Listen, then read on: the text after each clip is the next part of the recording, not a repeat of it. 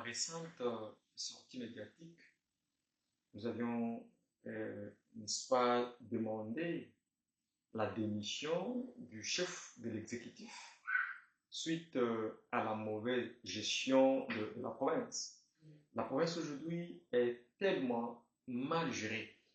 La province aujourd'hui est en train de perdre sa juste valeur à cause de la mauvaise gouvernance à la tête de notre province. Et c'est comme ça que l'IDPS, en tant que parti au pouvoir, s'est dit il faut que l'IDPS reste debout et très engagé aux côtés de notre peuple qui est en train de souffrir.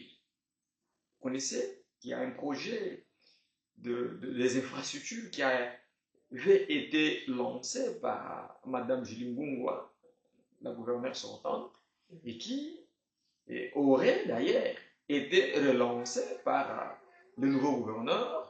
Vous savez, c'est un projet que nous, IDPS, nous avions porté à cœur. Vous savez, c'est un projet phare qui devrait nécessairement désengorger la ville avec les quartiers, les avenues, pour permettre aux petits commerçants de se retrouver. Alors, ce projet aujourd'hui est presque foulé aux pieds. Et ce projet aujourd'hui est presque abandonné à son triste sort. Je me demande comment le gouverneur fait une plaidoyer du boulevard Lumumba alors qu'il a un projet qui nécessairement doit être financé par le gouvernement provincial et qui, ce projet demeure presque une lettre morte. Comprenez-moi. Et c'est ça, c'est ce que nous reprochons au gouvernement actuel. Il y a manque de réponses urgentes en faveur de notre peuple. Il y a cette non-réalisation des projets. Imaginez aujourd'hui, très chers journalistes, nous avons maintenant 2 ans et 4 mois, donc 2 ans, presque 100 jours, il n'y a aucun résultat, aucun résultat. Et c'est comme ça que l'UDPS reste debout aux côtés de son peuple. L'UDPS reste tellement engagé aux côtés de sa population pour pouvoir dénoncer, pour pouvoir pousser ce gouvernement à l'action. D'ailleurs, l'objectif, c'est demander une démission du gouverneur, parce que nous nous sommes même adressés au chef de l'État, parce que vous savez que le chef de l'État prône pour la stabilité institutionnelle, quelque chose que nous d'ailleurs, aussi, nous soutenons. Mais au moins, on se dit, dans le 2 ans et 100 jours, il n'y a aucun résultat escompté dans la province du Tanganyika. Faudrait-il, pour des raisons de stabilité des institutions, faudrait-il laisser une personne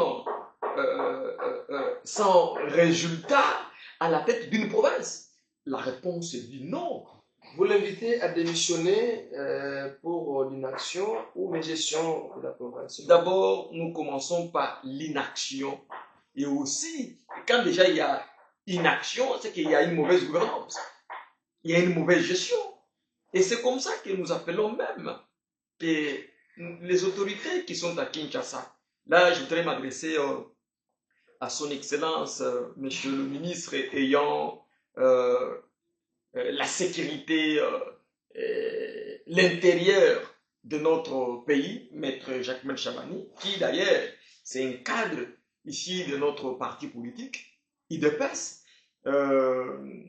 Il occupait un poste tellement stratégique, parce que celui qui était le président de la CEP, donc la CENI chez nous, et qui aujourd'hui se trouve ministre de l'Intérieur. Très chère Excellence, nous avons les mêmes objectifs de pouvoir garder nos institutions stables.